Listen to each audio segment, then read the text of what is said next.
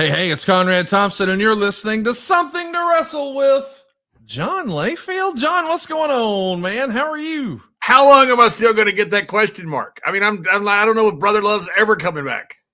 Man, who are you telling? I don't know that anybody is after what we saw over the weekend. Everybody is talking about WrestleMania, and so shall we be. John, I see you're back home. How was your trip to Las Vegas? Fantastic. I literally just got back into the house and just got back down here, and I've got some great stuff that I brought in from oh my God. Oh, hell yeah. Yes, sir. Yes, sir. We got the new APA hats. We used to have bigger heads back in the day. This actually fit our head back in 1998. Me and Ron both have shrunk. We're like my goodness. That what a lid that is. You going to put a Layfield lure on the bill there? I mean, why not? Hey, are you kidding me? It's like a yard sale around here. I got all kinds of shit. I don't sell any of it, but I got like all kinds of like yard sale stuff.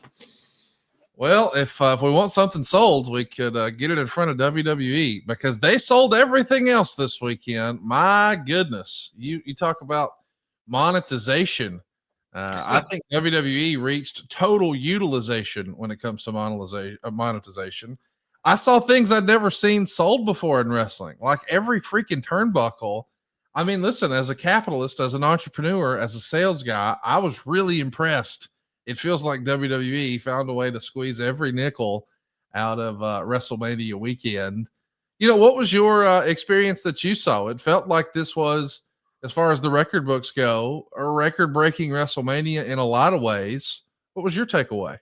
There are many. I mean, many. It was unbelievable being out there and just kind of being an observer and not being in it and just kind of watching it.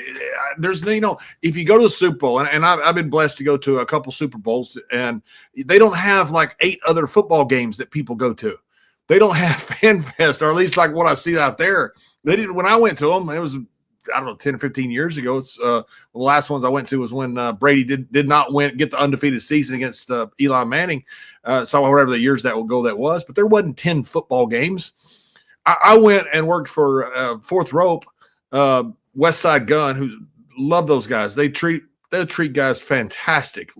I really hope that they make it, and I think they will. But I went in the ring at about 2:15 in the morning. Wow. In the morning. Wow. There was 1,000 people there, they said, at 2:15 in the morning. And that was the 4th show that they had. I think what happened was Brett Lauderdale got the arena, then sublet it out. But they started, I think that's what happened, because Brett was there. Brett, wonderful guy, that runs GCW, does a fantastic job. Terrific guy. He does too much, but God bless him, he gets it done. But they had a Japanese wrestling women's show in the morning. Then they end up having GCW right before us. In between them was a different wrestling show, and then our show was supposed to start at midnight. Ended up starting about 1. But we were at 2-something in the morning. Godfather was still going out with the Ho Train later. He was there, and it's still before intermission, and there were 1,000 people there. I don't know. I don't understand it. I mean, God bless everybody. Wrestling is so freaking big right now. It's inexplicable to tell somebody that's outside of the world how big it is. It was an incredibly huge weekend, and there was something going on during the middle of the night, seemingly every night. Last night, we had the WWE roast. Friday night, we had the Hall of Fame, which started in the middle of the morning here on the East Coast. And I think, at least here in Central Time Zone, it was around 3:45 in the morning when Triple H wrapped up. And I know that, seemingly they were getting shots of a lot of people who were in the crowd who were maybe falling asleep. Even Eric Bischoff said maybe a little. And I saw Booker T joking that Booker T. Wait a minute. Booker T is a good friend of mine. He's very religious, and it's Easter weekend. Okay, so enough said. Booker T's, him and the guy upstairs are close. I get it. Jesus is my homeboy too. What an incredible weekend. But what everybody's talking about is the fallout from WrestleMania, and we want to know from you guys, what'd you think? And we're going to be breaking it down here, the good, the bad, and the ugly. Let's start with night 1. John, we got started with Jey Uso becoming the new world champion. He bested Gunther, and I wasn't surprised that Jey won. I was surprised that it happened by tap out. I've heard Tony Schiavone before say that he feels like the War Games match that was made famous by Dusty Rhodes and the NWA and later WCW, he felt like it was a missed opportunity to eliminate or rather focus on the submission because he thinks it maybe hurts the anticipation a little bit. And that didn't really make sense for me, but I think I got it watching Jey Uso win. I think that crowd was ready for Jey to win, and the anticipation of 1, 2, that builds. So we're all sort of ready for either the kick out or when this hand hits, man, we got a new champion. You don't really get that anticipation with the tap out. Would the pop and reaction have been bigger if it was a pinfall rather than a submission? What say you? Maybe, but it may not be what's best for business down the road. You know, if what the crowd is telling you that, hey, we're going to pop more off a pinfall and submission, maybe you should give it to them, but maybe you shouldn't let them lead you. You know, that's an alternative to it. And I don't know what the correct answer is. So I'm not saying one is the correct answer and one is not. But sometimes you do things like this because you want to open up the fact that people are going into a sleeper forever. And the crowd kind of pops, but then they kind of expect to go, oh, you're going to cheer and you're going to bring them back and go into something else. Well, now all of a sudden it works. And I think that changes the dynamic. And it adds something to the repertoire of Jey Uso. I think long-term it could be good. I think we'll find out. I mean, I don't think it'll be definitive, but I think we'll know down the line if they do something with it, because now you have something viable that is an alternative to just the 1-2 kick out, 1-2 kick out, finally 1-2-3 yay. It's interesting to see what they're going to do next, at least to me, because I've seen some people who were critical of this match even before it happened. People have decided, hey, all of a sudden we don't like Jey Uso. I don't really understand that. The crowd was really with it.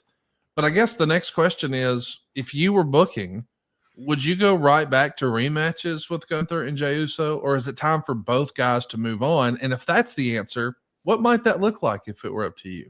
I'd separate them. I definitely would separate them, at least for the time being. You always can come back to it. That's a hot angle that will be there. I say always. It's going to be there for the foreseeable future, which is a year to 2 years down the road. So I think I would separate them here and let Jey Uso kind of go on his own and let him yeet and all this stuff. You know, it's the dog that caught the car. You know, the fans, they tell you, we want this guy, we want this guy, we want this guy. And all of a sudden they get him and they're like, nah, we don't want him. You know, and so I get it. You see that a lot. And sometimes it buries a guy when they finally get over the hump, get to the hump and cross it over, and they get what the fans claim they want, and they change their mind. They don't want it. I think Jay's going to be fine. That kid is unbelievably talented, and he is that good. I've seen them since they first came in. I can't tell you what a big fan I am of him and his brother. I think he's going to be just as fantastic going forward as he has been for the past year. Let's talk a little bit about the New Day. They were out next, and they are the tag team champions again, besting the War Raiders. I, for one, am a big fan of seeing New Day win the titles as a heel tag team. And maybe it's wishful thinking, but I sure do hope at some point during this reign we see a little bit of involvement one way or another from Big E. What do you think of this match, and what do you think about the prospects of a heel New Day tag team run? I got to work with them when I went back for the one little shot there with backstage with them. I've worked with those guys ever since they've come in, and they're fantastic. It is so good to be out there with guys that are such professionals. Not that you have to worry about what they're going to do, that you actually have to worry that you're good enough to keep up with them, because they're literally that good. The stuff they've done, they came in and they didn't get over, and they didn't get over because they were done wrong. I say done wrong. They were given the wrong everything. Promos, you understand the old Southern evangelist, and that's how you write a lot of the promos that were like this, like Dr. King talked about, like Billy Graham talked about. Everything would lead to one thing or another. The river overflows the banks flows into the city, that's righteousness. It goes over, it's always a lead and a progression. They weren't writing that. They were writing just certain phrases, but they were very disjointed. And they finally let New Day do their own stuff. And when they did, those guys got over because they're talented. But what you had a bunch of writers who, no fault of their own, could not write for them. And now that you've got these guys, either writers that understand them that work with them. They're writing their own stuff. I know at one point at that time, because when I was there, they were writing a lot of their stuff in coordination. They got together with the writers, and it really made a complete difference. And so I've seen them get over, and I love them, those guys as heels. I think Big E coming back is going to be huge when he does, and I'm sure he will. I say not come back and wrestle, but come back and be part of the storyline. That's right. Yeah, I don't think he necessarily has to have, bell-to-bell matches, but just his mere involvement in a match could be big. And, conventional wisdom does say that's going to happen. Those guys are chicken shit heels. They are the definition of guys you just hate. It's so refreshing to see guys like that. There's nothing about them that's redeemable. You hate everything about them. I love to have guys like that on the roster, especially ones that are talented as those guys. How great was it, too, that when they won, they just ran right up the ramp? I mean, just hightail it out of Dodge. It's old school. I love it. And I have to admit, I'm going to follow my sword here. In my mind, Jade Cargill and Naomi would be the popcorn match. This would be a great time to make a sandwich. I mean, I was not high on this going in. I was wrong. These ladies exceeded expectations, and I thought it was one of the best matches of the night. I don't know why I didn't have higher hopes for it. I just did not. But, man, I was proven wrong. I was thoroughly impressed and saw some things in this match I'd never seen before. What did you think of these two ladies? I thought they tore it up, John.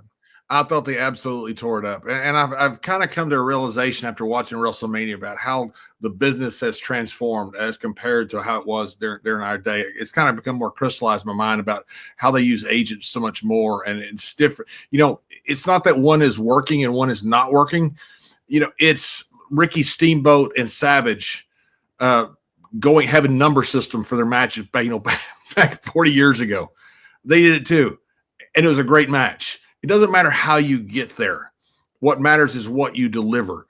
And they absolutely delivered. And a lot of matches delivered. Now, I'm not picking on that match alone, but the agents work so well with these great talent, and they're so athletic. Those two ladies are incredible athletes. We haven't seen anything like that maybe ever with those two guys. But when you give these agents together and the WWE machine, you're putting together these matches that are just absolutely fantastic. And some of the old guys will say, well, that's not working. Look, Savage and Steamboat did the same thing. They numbered it. They actually had numbers. It doesn't matter. All that matters is, does the crowd love it? And the crowd loved that. And I agree with you. I thought it stole the show. Man, I won't make that mistake again. I underestimated them. Let's talk about the next match. We've got Jacob Fatu. He got a win over LA Knight. He's the new U.S. champion. This is the same trajectory we saw John Cena once upon a time. Of course, he famously beat Big Show at WrestleMania for the U.S. title. And then the next year, he was working with you for the world title. Do you expect a similar trajectory for Jacob Fatu? I mean, what is his ceiling? What is his peak, do you think? Yeah, I just hope it's not the same trajectory where he's working with me, because he might hurt me. That's a fair statement. I guess everybody now wants to wonder, though, what's next for LA Knight? A couple of years ago, I could have seen if he's losing the U.S. title, maybe they're getting ready for the world title. Do you think that's still in the cards, or will LA Knight's career take a different turn next? I think there's going to be a lot of places he can go here. I think he's going to get the keys to the car, and I think it's going to be up to him. And he's done a very good job, and I think he'll do well going forward. Some of the stuff he did where he hops on the top rope, I mean, and I'm not saying this in a bad way. I'm saying it in a very good way. He's in his early 40s. Is that right? Yes. I mean, when I was in my early 40s, they acted like you were 70. It was like, oh my God, he's old. These guys now, because they take care of themselves so well, 40 doesn't matter anymore. That age doesn't matter anymore. I think he's a fantastic athlete, and I think he'll be just fine. I think he's going to get the keys to the car, and they're going to have options of where he can go, and I think he's going to excel like he's done everywhere else. Jacob Fatu, to me, is the guy that they want to send to the moon. And I have a feeling he's going to be up there with Buzz Aldrin, because that son of a bitch is good. He good, as Booker would say. When Booker is awake, now when Booker's asleep, he doesn't say anything because he's asleep. Well, no. When Booker's praying, he doesn't pray out. It is Easter weekend. Hey, we're talking a little bit about Jacob Fatu. Of course, he was a big part of the Bloodline story there at the end. But I think a lot of people were sort of reeling in the idea that the bloodline story seems to be put to bed. I mean, we've even heard Michael Cole sort of say that, hey, everyone's sort of gone their own way. Of course, that does give the opportunity for there to be reunions and continuations of that storyline down the road. But I can't help but see what's happening with Jacob Fatu and wonder if he wasn't here, would that have been Solo's spot? I mean, Solo found himself without even a WrestleMania match. You've been there or in the business and in this company for a long time where it feels like everything is destined for one person and then there's some sort of a pivot. I think that's the popular word online. How great was, Hunter answered the question about the word pivot. Like, we screwed up. We don't want to pivot. I think that was a terrific answer because people love to say that, oh, we just need to pivot. That means you had the wrong damn thing planned is what that means. Well, I'm wondering, what do you think is next for Solo? And do you feel bad? Do you feel like, man, Jacob Fatu is just undeniable and he swooped in and maybe that was Solo's spot once upon a time? It could have been. Absolutely could have been. I mean, you have a guy come in, the Jacob Fatu. I mean, look, you and I have been either wrestling fans or in this business for a very, very long time. You don't have a guy come on like Jacob Fatu very often. That's right. Mean, he's once in a generation guy that comes along. It's shocking how good he is. And it may have been Solo's spot. I don't know. But all of a sudden, Jacob Fatu comes in and you're like, we got to make way for this. Doesn't mean that Solo doesn't get his chance, but it means that Jacob Fatu goes to the front of the line, not just in front of Solo, but in front of a lot of people. I mean, because he's that good. He really is that good. I see him, in the main event of WrestleMania. I don't know, next year or the next year, he's going to be there, I think, unless an injury happens or whatever, could possibly happen. But he should be there. He's that freaking good. And the bloodline, to me, you don't want to NWO it, and I'm not taking a shot at the NWO. Greatest storyline probably in the history of wrestling, that or Mr. McMahon. I think one of the two was probably the greatest storyline ever. But then all of a sudden, Virgil's in it and, you overdo it. You don't want to do that with the bloodline. It was too good. And these guys are all still there. And if you want to reform it, I think you can, but you don't want to water it down. A lot of people were talking about this one in advance of the show. There was lots of rumor and innuendo that these ladies didn't like each other. And well, man, we fans, we love the idea of saying, I know what wrestling is, but this was real. A lot of people were pointing to this one and saying, oh, did you see the bruises on Stephanie or on Tiffany? And she was bleeding from the mouth. And was that supposed to happen?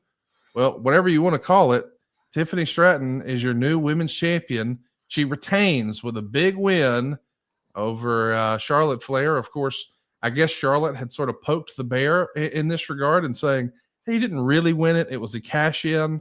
Well, if there was any question as to whether or not Tiffany was a bona fide WWE superstar, well, beating Charlotte Flair at WrestleMania, that'll go a long way. What'd you think of this one, John?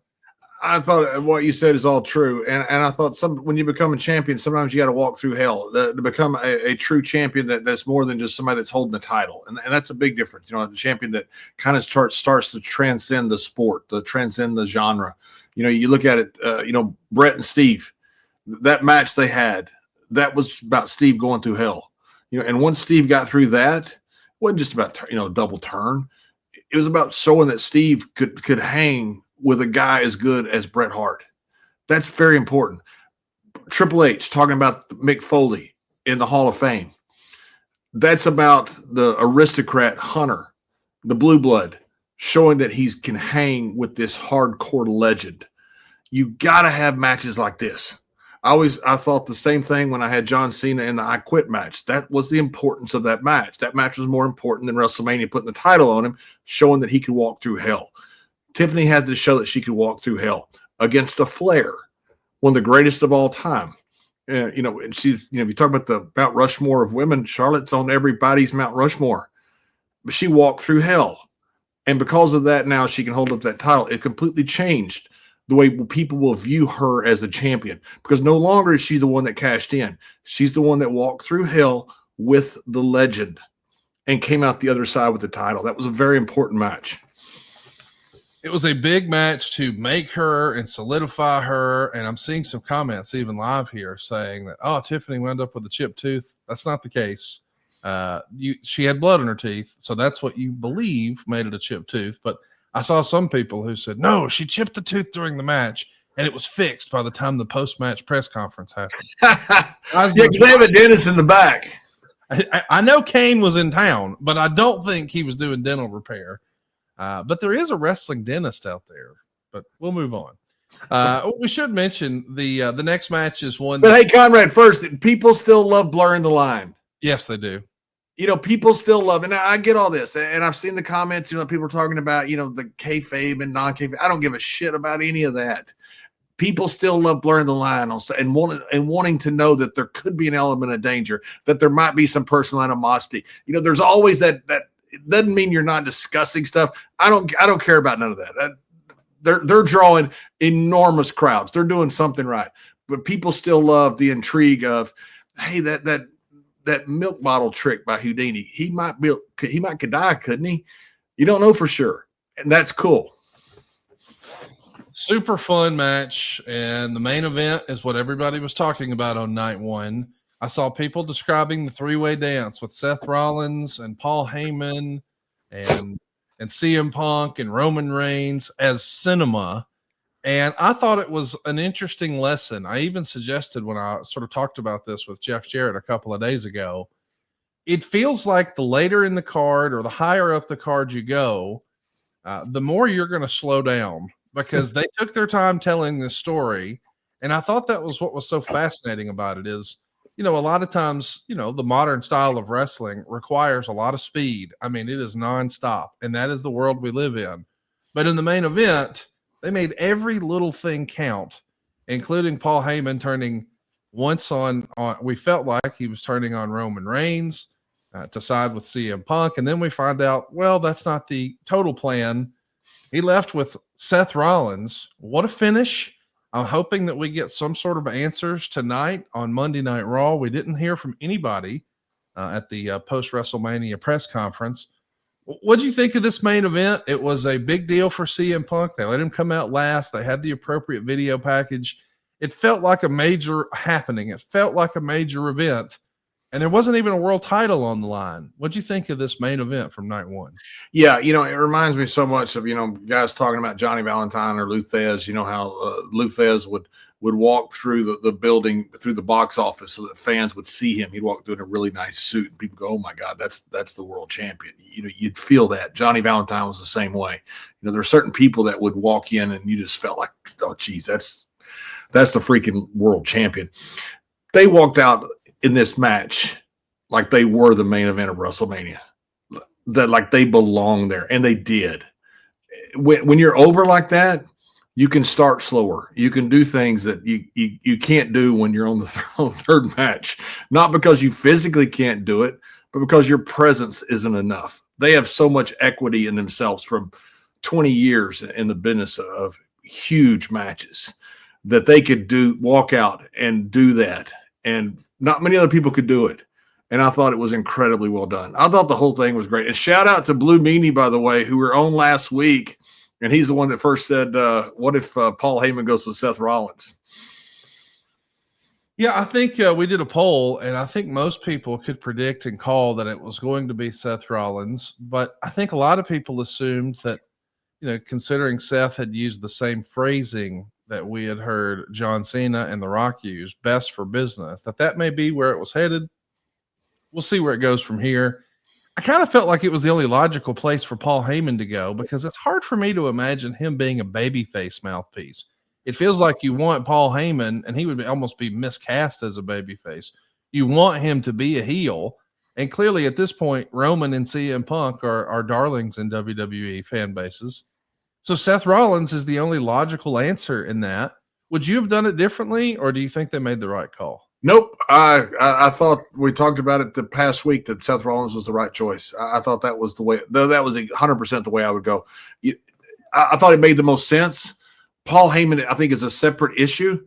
But if you want to put a fresh coat of paint on Paul, which is really hard to do after 30, 40 years in the business of being constantly in main events, all of a sudden now Paul Heyman is just as rejuvenated as ever. Not that he wasn't before. He's always been in main events, always been with one world champion after another. He's got the greatest run of a manager in the history of the world, and he's done it again. And he's on fire again with a new guy that went over two incredible legends. And so I thought it was perfect.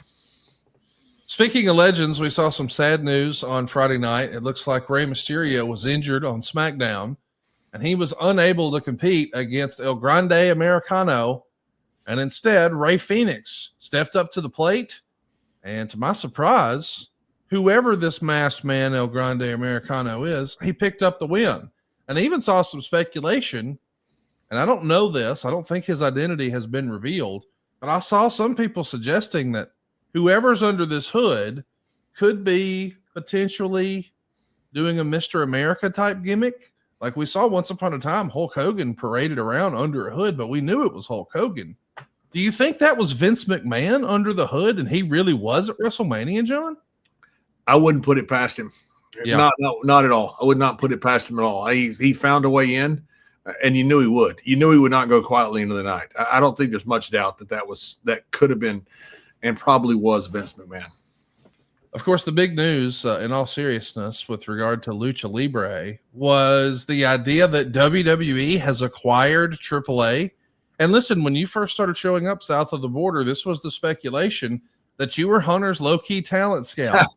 And we've seen you in TNA, and then Joe Hendry was at WrestleMania. We've seen you at AAA, and now they're owned by WWE. Where are you headed next? And what can you tell us about your secret undercover work you've been doing for WWE? Because apparently I'm a double secret agent. I'm so double secret I don't even know about it. So that's how much double secret I am. I'm excited about them with AAA. I think it's great. That Viking Del Hijo, I think that's how you say his name.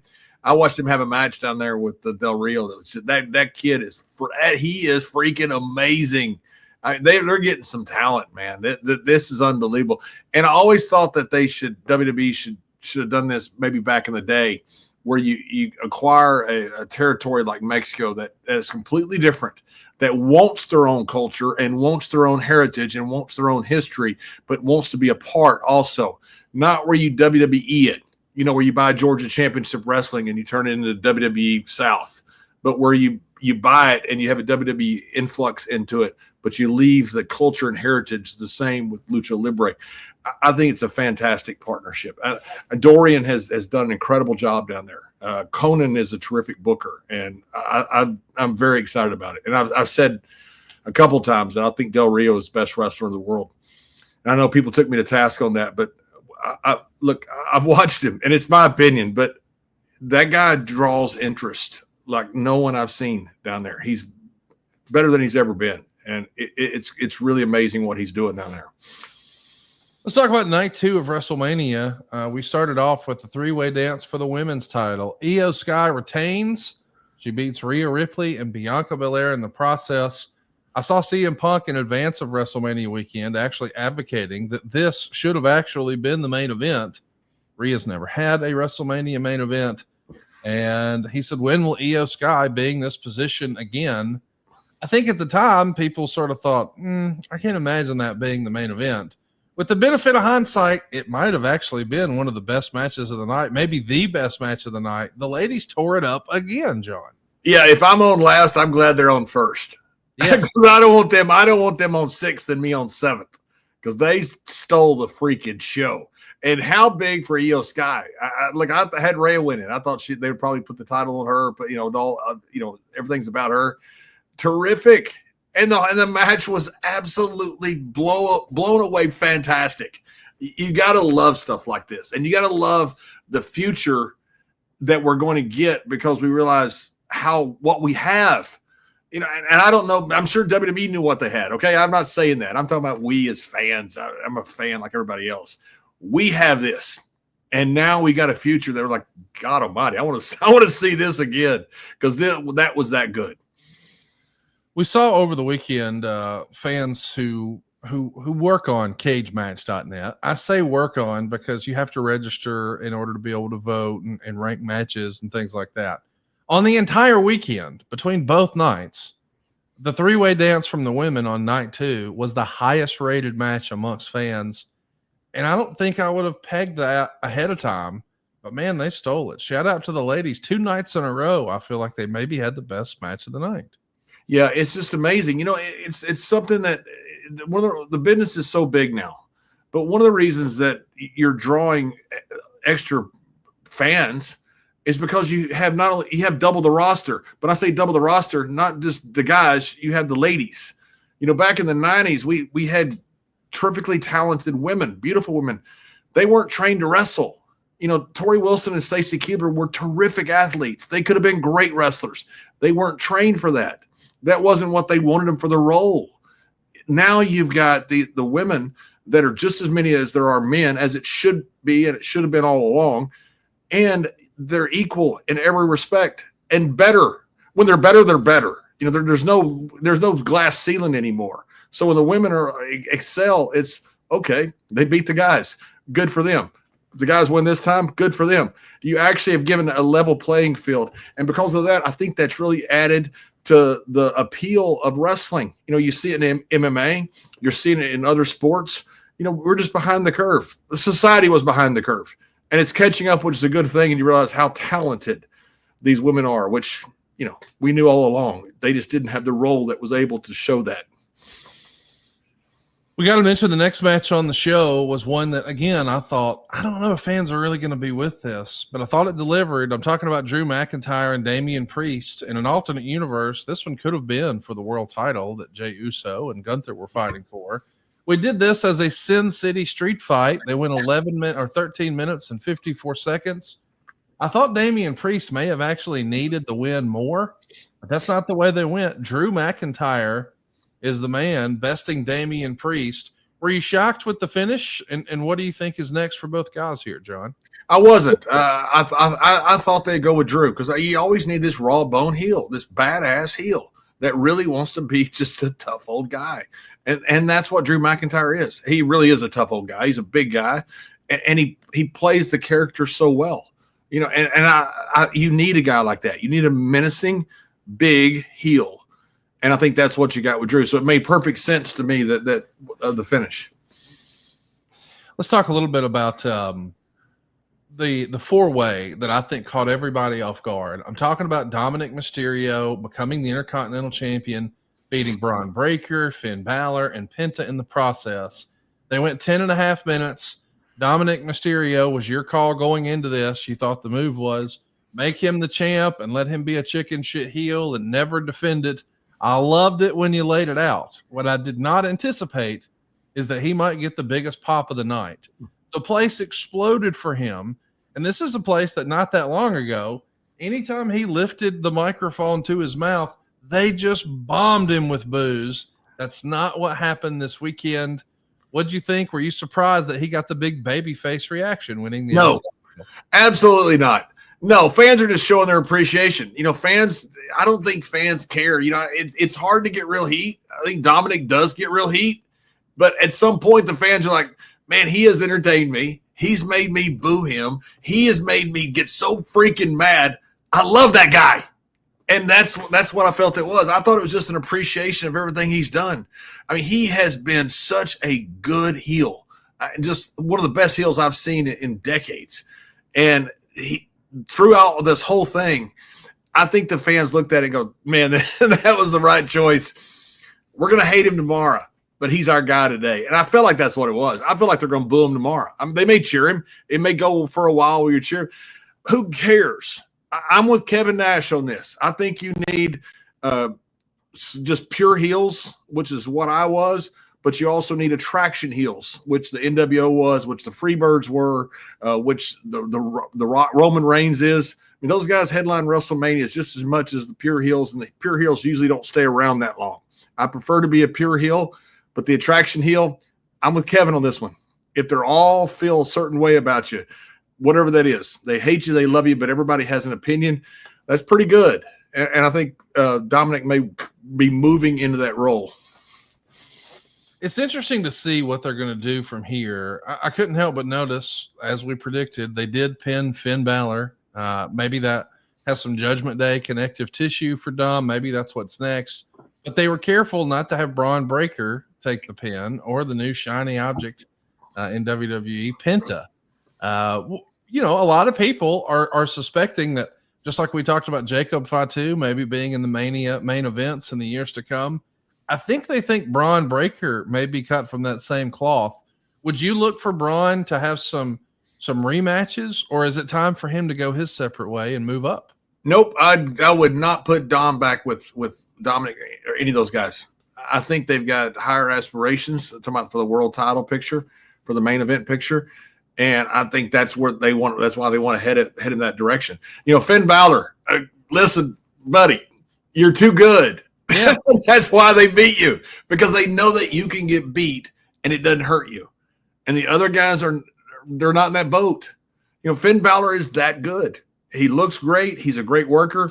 You know, and unfortunately, when you're a great worker, you get beat a lot. You know, Triple H had a losing record at WrestleMania because he was such a great worker. Shawn Michaels, Mr. WrestleMania, was not undefeated at WrestleMania because he was such a good worker. People don't remember that because they were such great workers. Same thing with Finn Balor. That's why you beat a guy like Finn Balor, because you know it's not going to hurt him.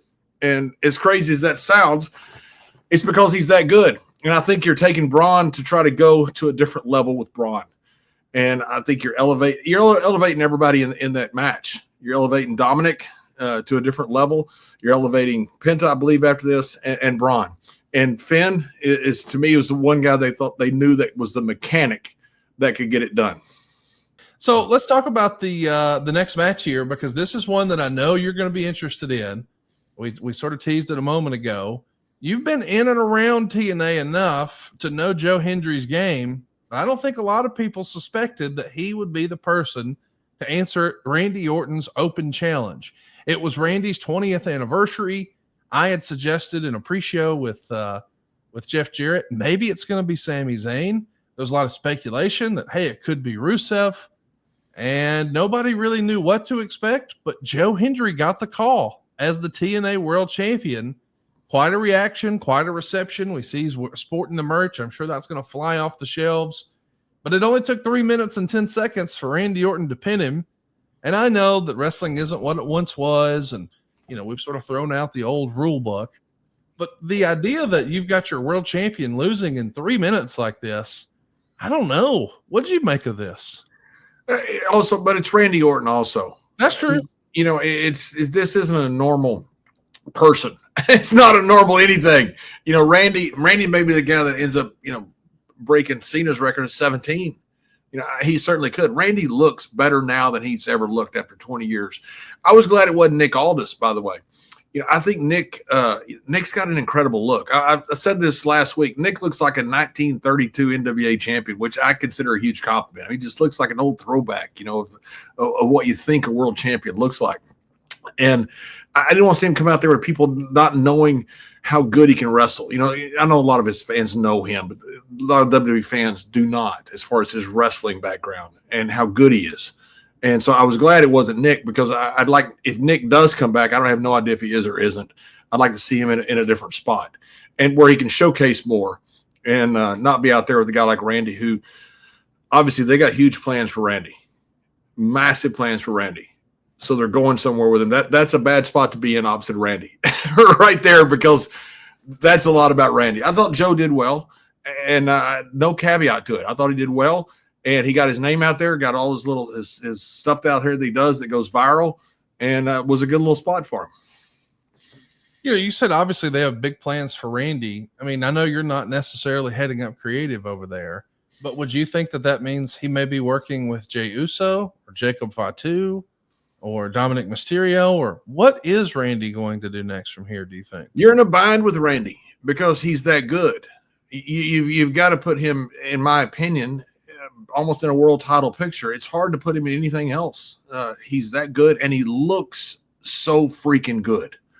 I mean, Randy has transformed himself from just a few years ago into this incredible presence. You know, he's got his body so freaking big. He looks so freaking good. He's a huge man. I mean, Randy's what a world champion looks like. I say it all the time. You know, build a sports entertainer from the ground up, it looks like Randy Orton. That is exactly what it looks like. So there's not much you can do with him except put him in main event pictures, but that's a good thing, because he's going to draw. And I don't know where you go with it. I don't know if you go with him and Cena, which would be great. End up somehow that direction. I don't know if you end up with him and Jey Uso, which I think could be absolutely fantastic. But either one of those to me it would be great. Jacob Fatu would be good. I think something with Dominic. But the problem is Dominic would have to be a heel to get out of it. It'd be kind of a tough match. But there's quite a few options with Randy. Randy Orton and John Cena. It's got to happen one last time. It has to. Absolutely. No doubt about it. Something that some of us are still trying to make heads or tails of is Logan Paul and AJ Styles. They went 17 minutes and 43 seconds. They're incredible athletes. They had an interesting story. We saw Logan Paul's manager, Jeff, get involved again, seemingly trying to use the brass knucks. Here comes Karrion Kross after getting a big reaction on the SmackDown show during the Andre the Giant Memorial Battle Royal. I liked that this maybe gave us the quote-unquote worked shoot promo that we heard from Karrion Kross after the show. Blurring the lines like that and having sort of a pipe bomb moment like that, I think is exactly what Karrion Kross needed. But I don't know that this is what I wanted for AJ Styles' last WrestleMania. But maybe that's part of the story that, that is going to be a big part of what Karrion and AJ are doing on the other side. When it was happening, I didn't like it. Now that I've seen the promo from Karrion Kross, I'm back in. What say you? Was this AJ's last WrestleMania? Well, that's the hint that Karrion has been saying. Hey, if that was your last WrestleMania, is that the way you wanted it to finish? Right. I knew it wasn't the right thing, but sometimes you have to do the wrong thing in order to make things right. I thought, wow, I really like giving Karrion this opportunity. I wish it would have happened on TV, but still, I hope that this leads to a summer with Karrion Kross and AJ Styles doing something. Sign me up for that. I don't know that I would have been on board with it without that promo, though. And now having seen it, well, I'm back in. What'd you think of Logan Paul besting AJ here? I thought that would happen. I really did. Logan Paul, look, you can say whatever you want about social media presence and Travis Scott and these guys that come in, but there's a reason that Logan and Jake Paul are going to make tens of millions of dollars off their YouTube channel by doing stuff athletically. For one, they're incredible athletes. I'm talking about both of them. Logan is an incredible athlete, but their presence is they draw. They just draw. And so when you got a guy like that, you say, do they deserve to be there? Hell yeah, they deserve to be there. If you got guys that draw better than them, they won't be there. And so, yes, I think they deserve to be there. And I think he does an incredible job. He's the best wrestler I've ever seen that has wrestled as few times as he's wrestled. He is such a good athlete. Now he's out there with a world-class guy in AJ Styles. AJ Styles could make anybody look good. But Logan Paul does his part. And I thought that was probably the way to go was with Logan Paul. You're going to do something big with him in the future. I don't know what that is, but there's going to be something that's going to be huge with Logan Paul in the future because of what he does outside of just wrestling. He is a huge name. And in my opinion, WWE is very lucky to have him. We got to talk about the women's tag match. We saw an angle develop where it looked like Bayley was going to be injured and unable to compete. As I understand it, the general manager said that, she had 24 hours, Lyra did, to find a suitable tag team partner. Well, she found one. Becky Lynch is back, and Big Time Bex is now one half of the tag team champions with Lyra. She's been out of WWE for over a year now.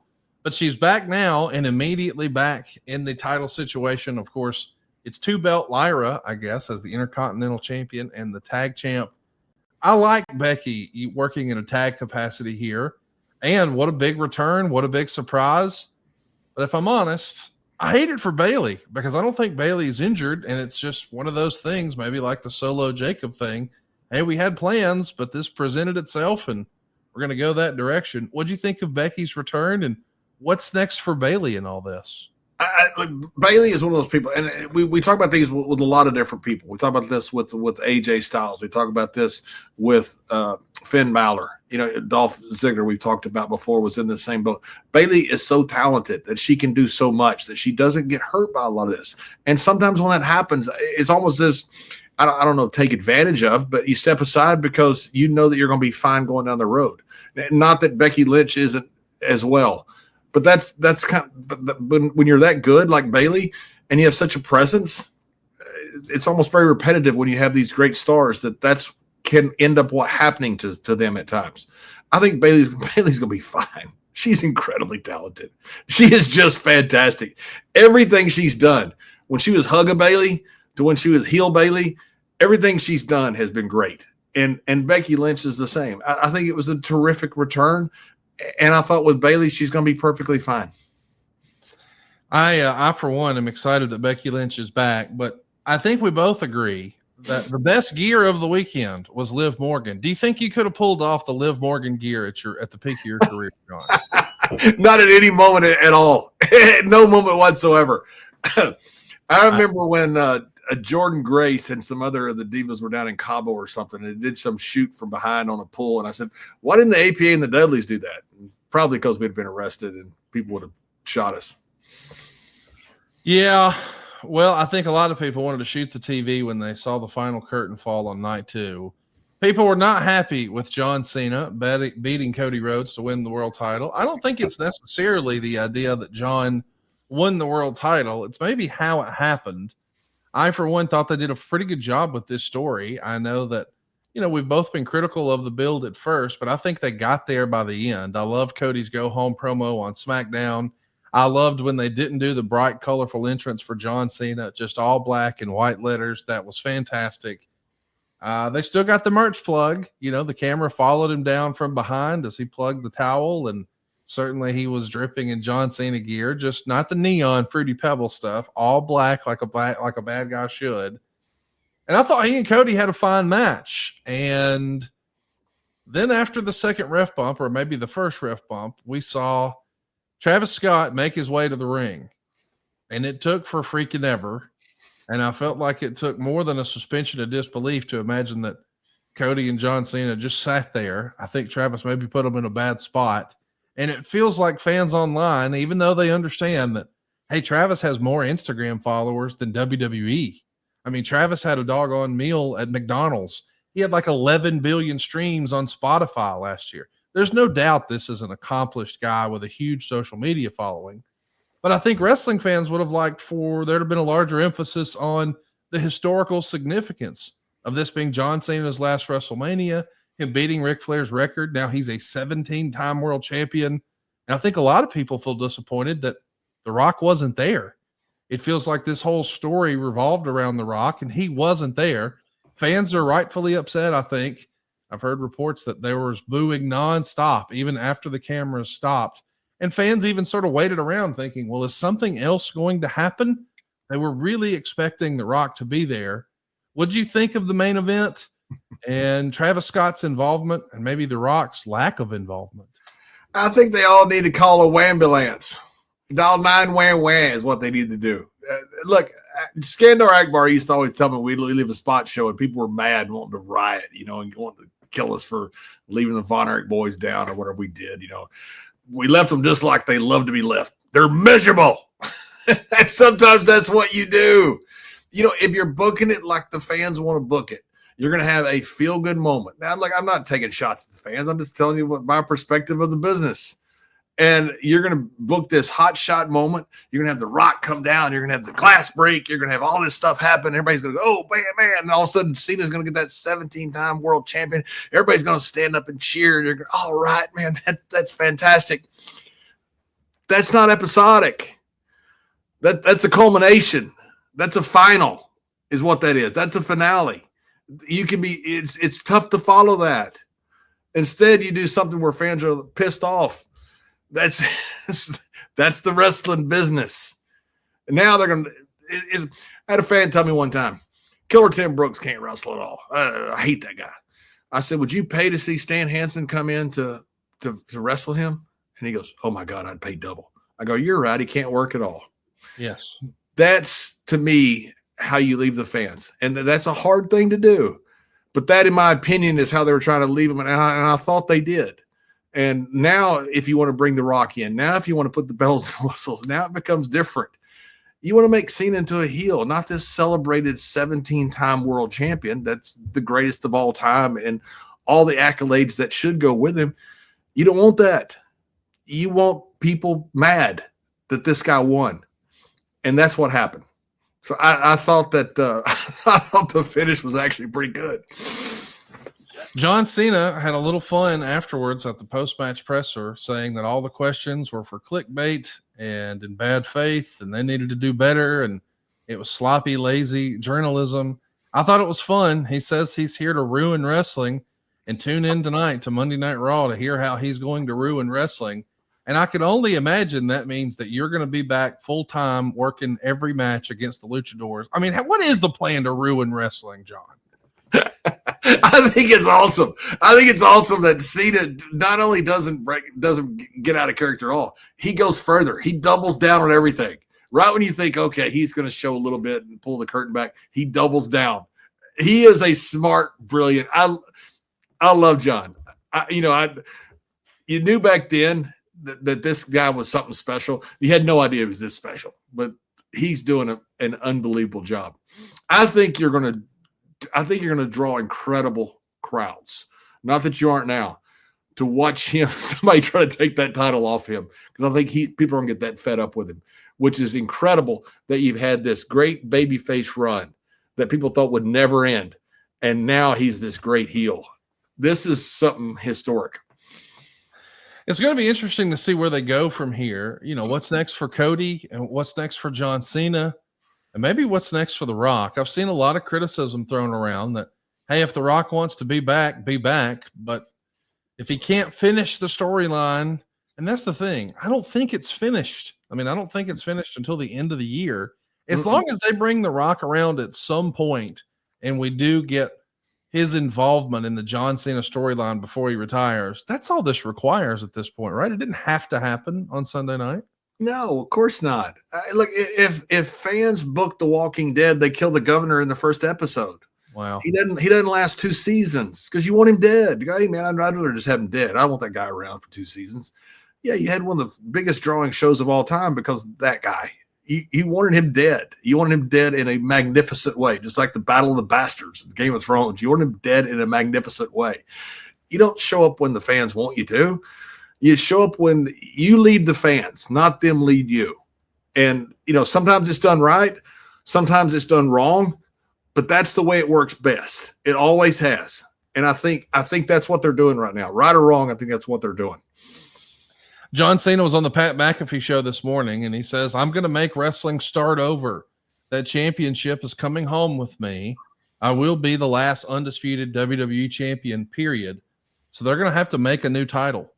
Bruno, Hogan, Austin, Rock, HBK, Taker, Game, every name you can imagine, CM Punk, that comes home with me because that's what I've earned, and that's what I want to do. I want to write history, and I'm going to put my stamp on the business by taking that piece of business home with me. We all talk about this new era, and we talk about how the business is changing. Well, I'm taking the last piece of tradition and the business home with me, and you guys can figure out how to settle the dust when I'm gone, period. Now, that could be interesting.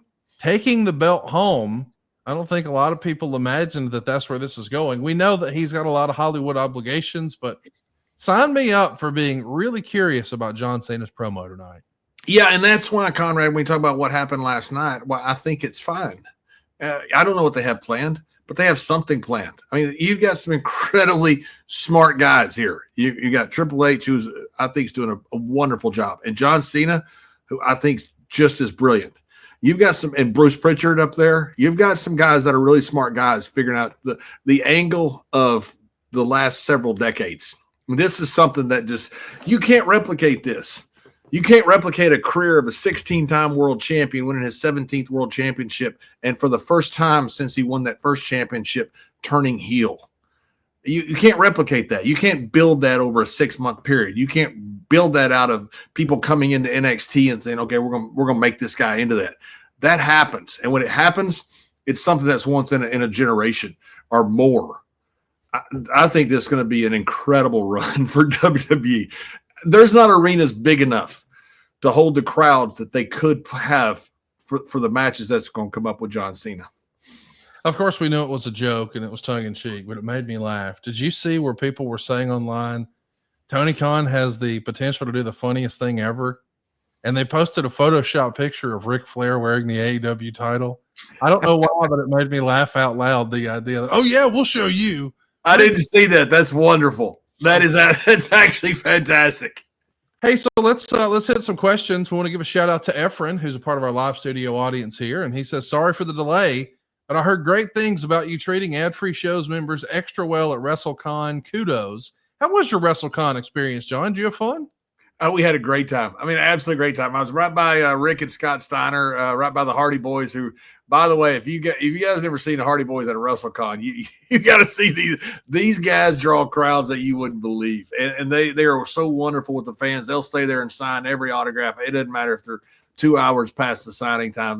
They are unbelievably popular. And on the other side was JR and King, and then you had Ted DiBiase and Hacksaw and Mike Rotunda all up in our room. It was awesome. I got a great picture that I put out with there it is with Don Fry and the Godfather. Don came by to say hi. Told me a great story about it. He got out to change do a gate at his ranch, I guess. And the car shifted into neutral, ran over him. it's like it happened this week. It's like a country song. But you got to hear Don tell the stories. He's a hilarious guy. I love Don Fry. But it's so fun to be around those things. It's so fun to see fans that it's unbelievable because there's moments in time. For me, I had 3,500 plus matches or whatever it was. But like when I saw something else, that's my moment in time. For a fan, that's their moment in time. When they saw me against Eddie, or when they saw me against against Undertaker or somebody else, and it's cool to hear their perspective. It's cool to hear the thoughts they had as they were watching it. I want to know what your thoughts were when you saw Sting rolling around with a new look. Not only the big beard, but he was rocking tomato face Sting on Saturday. What a look this was. What'd you make of Stinger with the gray hair, the long beard, and two-tone at that? He came by and said hi to me and Ron as he's walking back for one of his private sessions. And Sting has always been just fantastic to me. He lives in Waxahachie, Texas, which is near where my mom lives. And I love talking to Sting. He's such a pleasant guy. And by the way, Luger was there. I didn't mean to leave out the Hall of Famer. He was right beside us, and Sting came through with that look, and it's a cool look. It's got like the old Mad Max. Something's happened. It's a real cool look for Sting. I was super thrilled to see Lex Luger take his rightful place with the WWE Hall of Fame. Did you stay up until 4 a.m. to finish that thing? Have you seen the Hall of Fame? What'd you think? I have not. I was clotheslining somebody that night at about the same time, about 2:15 in the morning. So and then I went to bed because I was about to die. I think the people who put together the WrestleMania staging this weekend may have been about to die. What an incredible set. It's always overwhelming when you take a look at that set. And we heard through the grapevine this past Friday, as Eric Bischoff and I were doing a preview of the WrestleMania card. I guess according to the locals, that was not the original set design. Fontainebleau heard about this, I guess perhaps when they got in contact with WWE to set up the roast and set up the Hall of Fame. And as we understand it, Fontainebleau actually wrote a check to have them recreate the Fontainebleau as a part of the set design. Man, these guys are crazy like a fox. Shout out to WWE to get paid to make a set. Right. They figured it all out here, John. They're getting site fees now. I mean, it's a complete different world. It is. I don't know of any other sport or entertainment that can do something like WWE did this weekend. Yeah. You have 10 different wrestling shows there, and not just, I'm talking about not WWE. You have 2 WWE shows in arenas. You have 2 in, stadiums, 2 in arenas, another in an arena. And then you have all these ancillary shows and all this extra stuff going on. It is shocking how WWE takes over an entire city with WrestleMania. And by the way, for Lex Luger, it's long overdue. He should have been in the Hall of Fame a long time ago. He's incredibly deserving and very happy for him. No doubt about it. We're big fans of Lex Luger here on the program. We're talking about the size and scale of WrestleMania.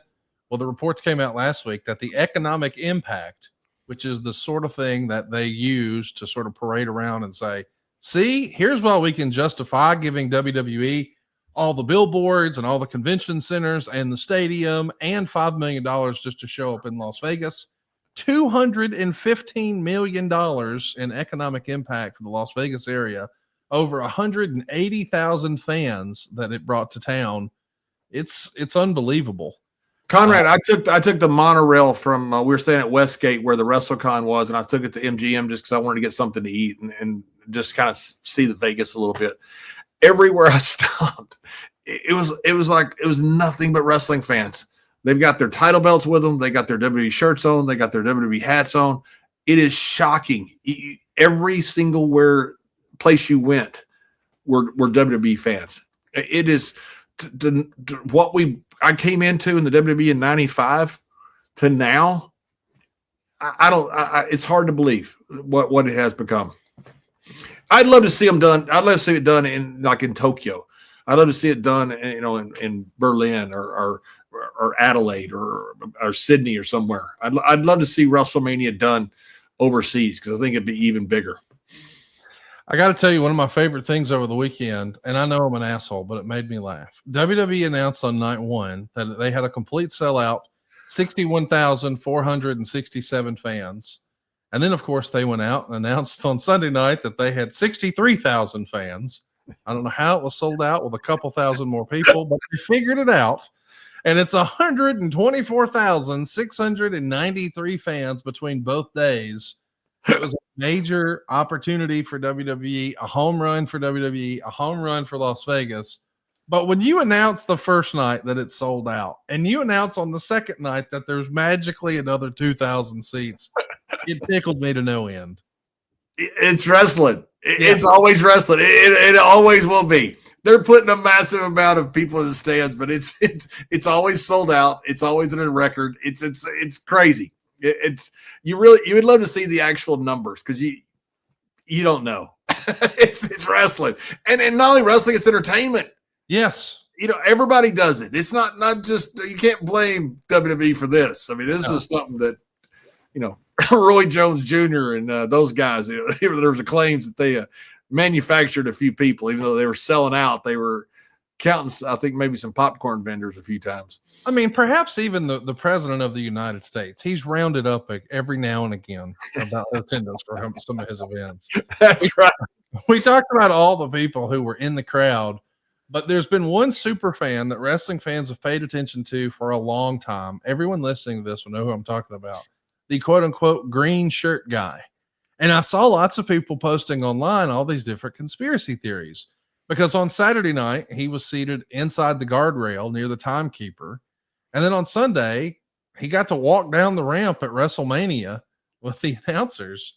And people were wondering, hey, how the hell does this happen? He's got to work for WWE.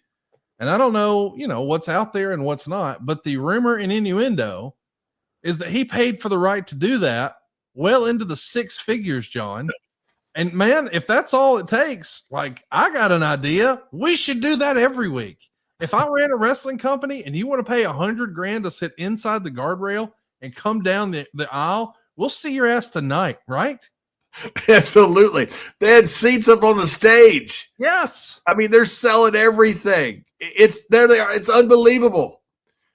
I mean, it is shocking how much, it was like Vince considered it the holy grail, the ring and stuff. You're not going to put, stuff like WWE, like UFC does down in the ring, but now it's like, hey man, we're going to print money. and I'm all for that, by the way. I am too. I mean, it makes me proud as a sales guy and an entrepreneur to see, man, they found a way to make money with every square inch of real estate. And if this were a restaurant, that's what we would be tasked with doing. Yeah. How much revenue can we create in this space? How fast can we turn the tables? That's just what businesses are. But when I saw individual turnbuckles had sponsors, every single match had a sponsor. Like when all the numbers come out, it's going to be bananas. And maybe that's how they're able to afford making these strategic investments like with AAA. Of course, given the fact that The Rock was wearing a New Japan t-shirt on his Instagram post several days ago, people are now wondering, hey, we've seen a mass exodus from New Japan and The Rock's wearing a New Japan shirt. Do you think, John, that perhaps WWE looks at New Japan as their next conquest after AAA? I don't know if it's New Japan, but I feel like there's more. And I say that from a person that I don't have any inside information here, so I don't want you to take it that I'm getting this from anybody. I'm not. This is my opinion of being in WWE since 1995 and kind of seeing the progression of things. I think they do. I don't know if it's Noah or if it's New Japan. I think they'd love to be able to sell out the Tokyo Dome, once a year, which I think is feasible. they're going to have Triple Mania down in August down in Mexico City. They're going to sell that out 20-something thousand people. I think they'd love to be able to do that with New Japan. I think they're going to do that with probably a company here in the United States. I don't know. Look, you talk about all the money they're making. There's no competition. None. So why wouldn't you try to figure out a way to integrate these other companies into you? Because now you don't have to build more NXTs. Now you don't have to build an NXT down in Mexico to get more luchadors. You own a company down there now that it's a pipeline to you, but also a place your guys can go as well. It's a mutual beneficial relationship. I think you're going to see it all over the world. I think you're going to see it in Europe. I think you'll see it down in Australia. I think you'll see it for sure in Japan.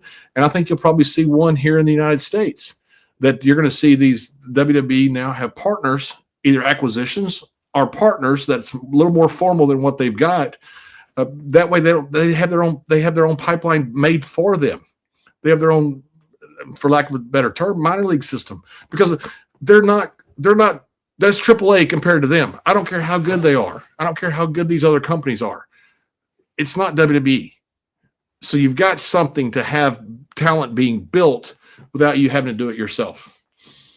Speaking of talent, we know that Jeff Cobb has finished up with New Japan. The rumor and innuendo is we're going to see him showing up in WWE anytime now, maybe as soon as tonight.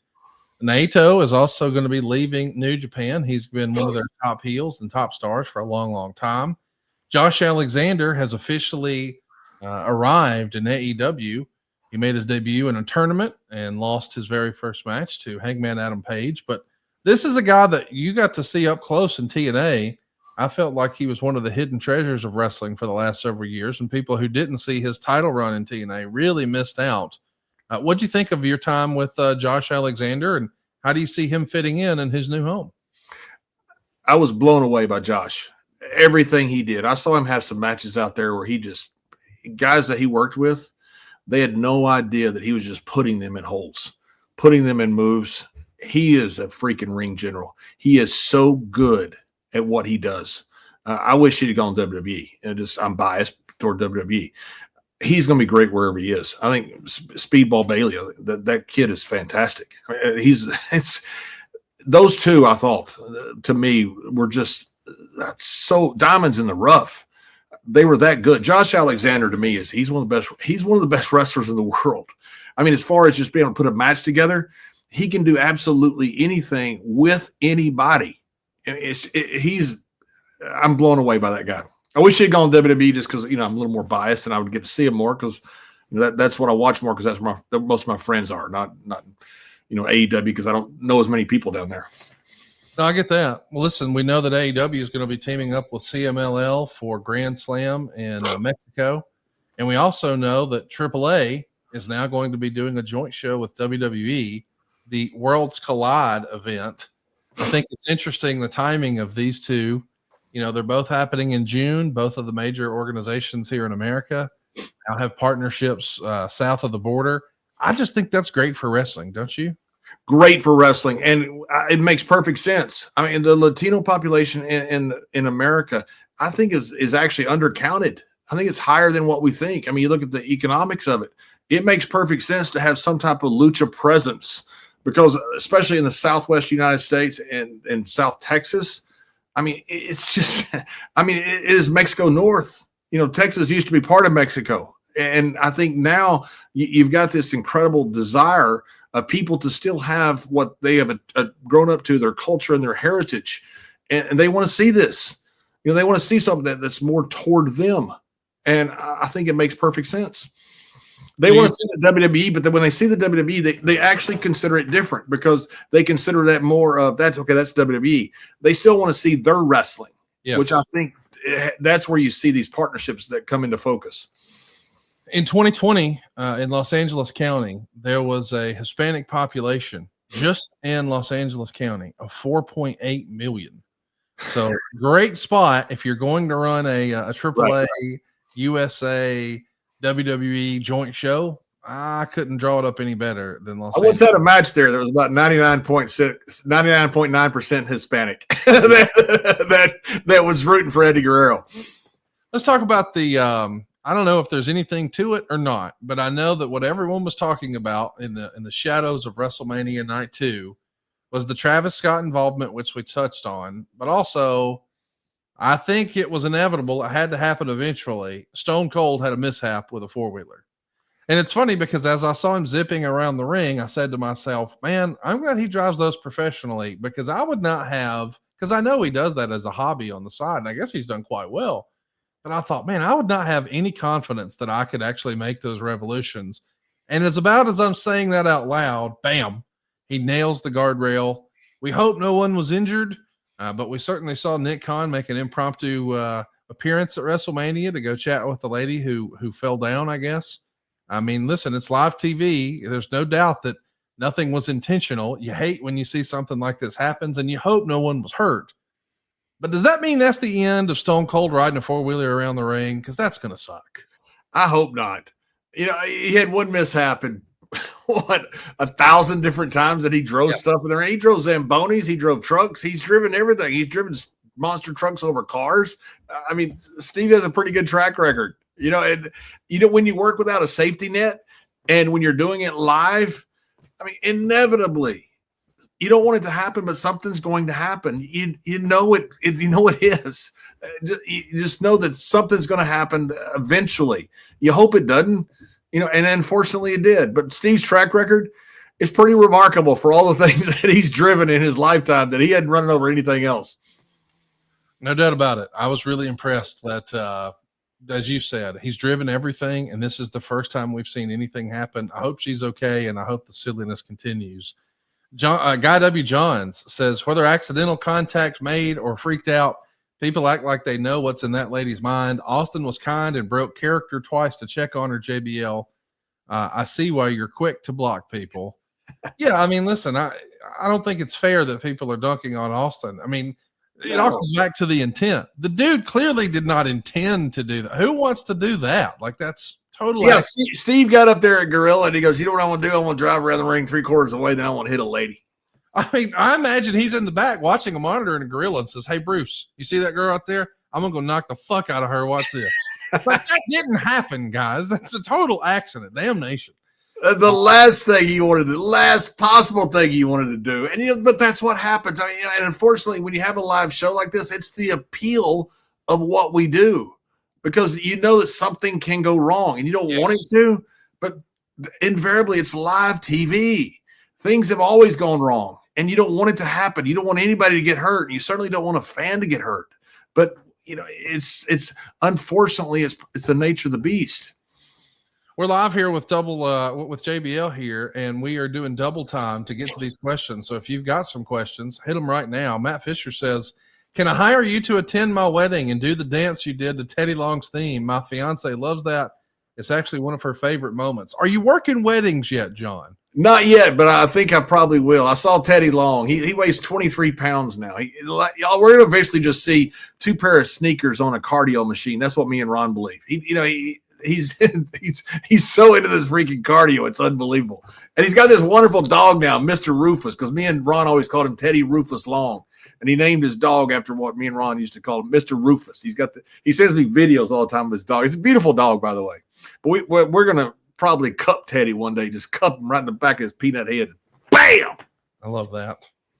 Hey, let's talk about some media that WWE did on the way to WrestleMania this past week. We saw Shawn Michaels talking about the differences of becoming an old timer.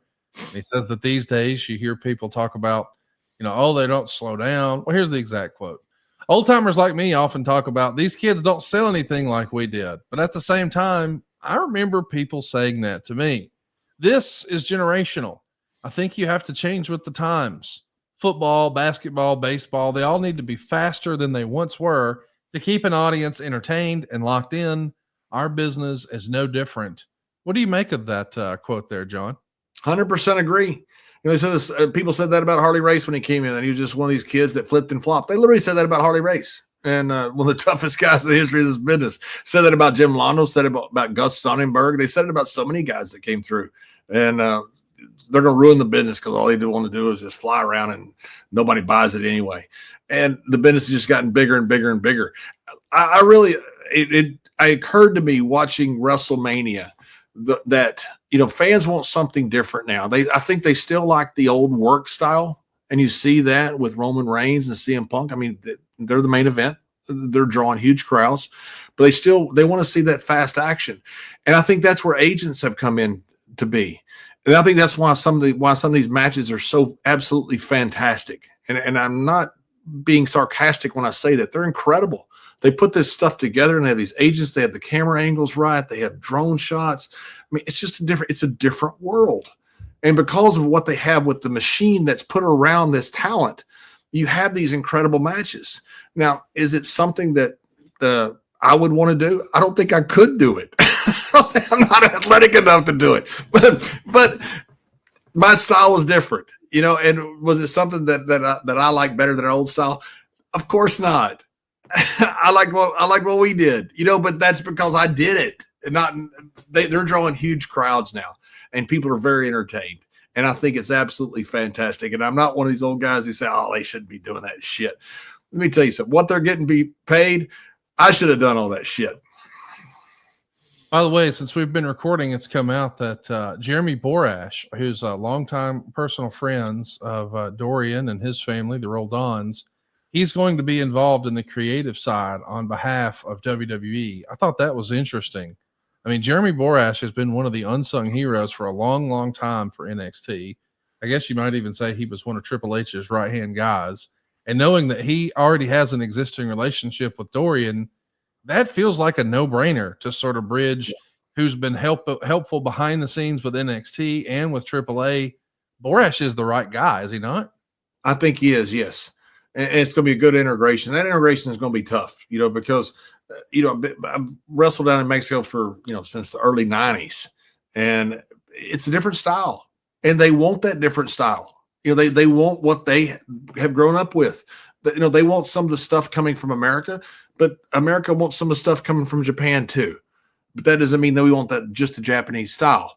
They want some of the integration of America, but it's an integration that's going to have to go to their culture and heritage. And I think Jeremy will do a great job, but it's a very tricky thing to go down there and run creative and stay true to what the Mexican people want. And they want the lucha style.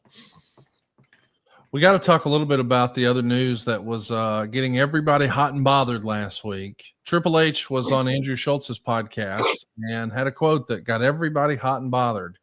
The internet is not real life, and the bitching and fucking complaining that is on there is not real life. You can read the internet, and it'll sound like this thing is dead. And I'll use Cody as the example. Cody's already jumped the shark. Cody is dead as a babyface. Really? Because I don't know. I'm in an arena with 10,000, 15,000 people going apeshit for him. He's selling the most merchandise. Whatever you want to say on the internet is the golden rule. So the beautiful thing in our business is, unlike a movie or a TV show or even a book or anything else, we have a focus group every single night. And we would also see on the way to this show over the weekend, John, that Triple H basically said, stop being a fucking critic and just be a fan. And some fans were offended by this. What do you think?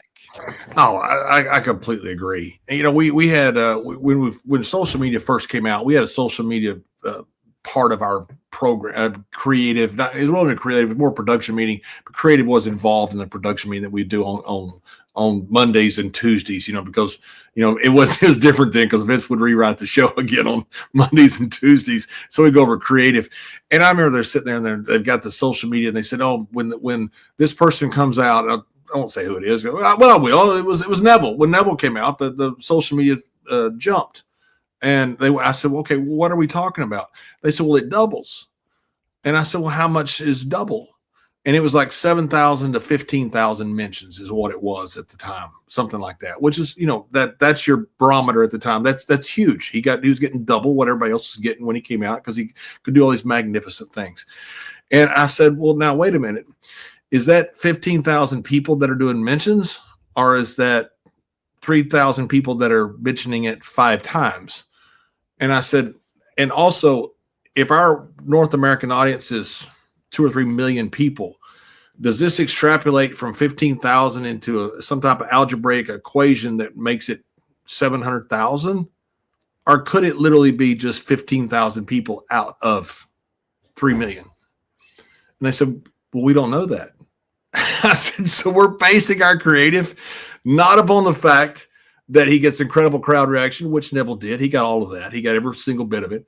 But we're basing it upon the social media that we don't know if it's really 15,000 people or if that equates to 2 million. And they said, yeah. And then the writer of that event said, we we don't need social media that much anymore. At least in the meeting, because you don't know what it goes to.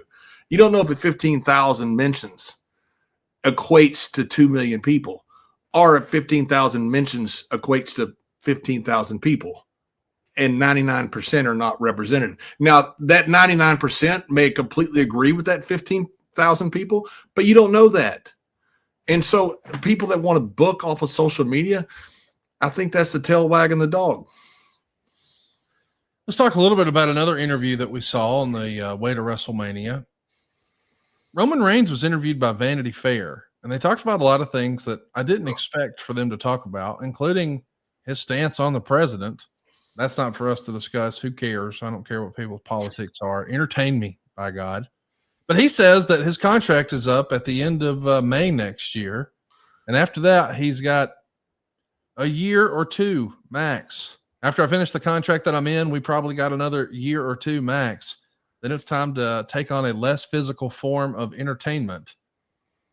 I don't think a lot of people necessarily predicted that they only had a couple years left with Roman Reigns. Were you surprised by this? No, I wasn't surprised he said it, and he may very well mean it. But, when that money comes back around and they say, well, we're going to, it's hard to leave this when you're on top. Because there's a finite window of how long you can be before you come back. And so I've talked with a lot of guys that ask my advice on should I stay or should I not. It's easier to stay than it is to go and come back, because sometimes you can't. And I don't know what Roman's situation is. He's made a lot of money, and I'm sure he's taken good care of it, and I'm sure he's set, and he may do that. But the guys that I've advised always stay longer than you think, because once it's gone, it's hard to you feel like I'm not going to miss it. I'll get something else. It's hard to get something else that is as lucrative and also as fulfilling as what we do. Yeah, absolutely no shade or disrespect. He's one of my all-time favorites. I assumed when Austin left wrestling full-time, he was going to be a Hollywood movie star. I did too. One of the biggest bona fide stars in the history of the business. I thought, dude, he's the next Stallone. He's the next Arnold. He's going to make Bruce Willis look like, I just assumed. I just knew he's such a star, but it didn't happen. When he did that one movie where not the Expendables, the one he did before, where he was like they were hunting him as a part of like a video game. Yes, I thought he was fantastic. My wife and I both. My wife had flown back from Europe, and we went to the premiere or whatever it was, where they screened it. I remember saying afterward, dude, you're the next star. Yes. You are the next star. I thought he did that good a job. Steve is such a talented guy. I don't know why Steve wasn't the next Stallone or Schwarzenegger. I thought he should have been. I totally agree. I think the name of the movie you're talking about is The Condemned. Is that it? I think that's it. Yes. He did a great job at it. Steve did a great job. He's a great actor. Let's touch on one more piece of business, and then we're going to put a button on this one. John Cena did an interview on the lead up to WrestleMania weekend, and he was asked his thoughts about Vince. And I was kind of surprised how strong he came out. He was basically saying, I don't care who hears it. I love Vince. I'm not downplaying anything that needs to be decided or allegations of any kind. But when I love somebody, I love them wholeheartedly. I know people are going to be angry about that, but they can't put their value on my relationship with somebody I love. I don't think he could have had a better answer. Yep. But I know that there's a lot of fans out there who think if you say anything at all complimentary about Vince McMahon right now, it's just sacrilegious. What'd you think of John Cena's quote? I thought he did a fair job with that answer. I thought he did a great job. I thought it was well thought out, and I thought he did a fantastic job. Randy Orton said something similar about 6 months ago, I think it was, and I thought he did a fantastic job. Look, I love Vince, and I have no idea what happened or didn't happen. I'm not saying anything did or did. I had no idea. None. I didn't know any of that stuff that either happened or didn't happen. And I'm not saying whether it did or didn't. I'm just telling you my relationship with him. And I thought John did a great job in characterizing his relationship. I think a lot of us feel that way. Something I was surprised about over the weekend, and I guess it's cemented that boy Vince is really gone. Is Triple H announced that there is a new television show that's going to be making its debut. It's called WWE Unreal, and it's marketed as, for the first time ever, step into the WWE writer's room and outside the ring with your favorite WWE superstars, where the drama is just as intense off stage as it is under the spotlight. I kind of think this is long overdue. If this was on traditional television, this might actually draw more ratings than the actual product they put on. I mean, there's entire industries that exist based around this. Why wouldn't WWE monetize it, right? Yeah, I agree. And I think, that Vince came from an era where it was different. I came from the era just after Vince, and pretty much the same. You protected the business at all costs. And so when you have that mindset, it's hard to open up to what they're doing now. But you look at it and realize these guys are drawing incredible houses. They're making more money than we ever dreamed of. I mean, they're doing something right. I saw the thing that Hunter mentioned about, the old podcasters, that talked about all the stuff they did back in the day, and now they're mad because people aren't kayfabing. I get what he's saying. It's uncomfortable when you're the old guy and, you grew up with such a mindset of protecting the business. But what they're doing now is just fantastic. And I guess that's what people love. I don't know. I have no idea. I don't want that. And I'll say not just for the business. I don't want that for anything I watch. So I don't want to know how you have make an elephant disappear with Siegfried and Roy. I don't want to know what Game of Thrones is going to happen. I don't want to know any of it. I'm not one of those guys that wants to know the background stuff. So I'm a little bit different in that way, because that's not how I watch stuff. How I watch stuff, I want to be surprised. I want to have a crazy turn. When I watch wrestling, I want to be surprised. So I'm a little different in that way. And, to me, they're doing something right. And I don't disagree with any of it. It's strange to me that this is how the business has become. It's so open. But it's also strange to me that you have 2 straight arenas sold out, stadiums sold out back to back. So something's working. Well, something's working with WWE, good, bad, or indifferent. Everybody's talking about it, and people are pumped for tonight's Monday Night Raw. Any final predictions? I mean, there's rumor and innuendo that there's a former talent who's returned, who's backstage. Maybe there's a talent from NXT who's backstage tonight. Maybe we see a couple of different debuts. What do you think people will be talking about tomorrow, and why is the Monday after WrestleMania so damn fun? I think because the show's over. And I say the show's over. You're starting, a new year, and we've always started a new year when WrestleMania is over. So I think there's that idea of, okay, here we go for another run. But also it's like, hey, okay, all that stuff happened because you build up to that for a long time. Some of the stuff you're building up from a year, some you're building up to a couple months, some a few weeks ago, but you build up the build-up's done. Now you want to have fun and see what's coming next. And so I think you're going to see a lot of debuts, a lot. I hope you see a lot. I think you're going to see some incredible stuff with Cena.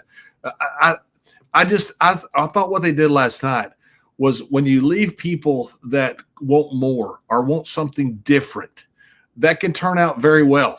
It can also turn out bad, but I think it can turn out very well. I think with the talent you have, you're going to see a different switch, something happening here. I think it's going to be a lot of fun. And plus, you got just the guys who come over here, the Europeans that come over especially, they just want to have fun. And so they're going to go tonight. They're going to have all kinds of crazy chants. They're going to do all kinds of stuff. They're going to try to hijack the show. That's a lot of fun.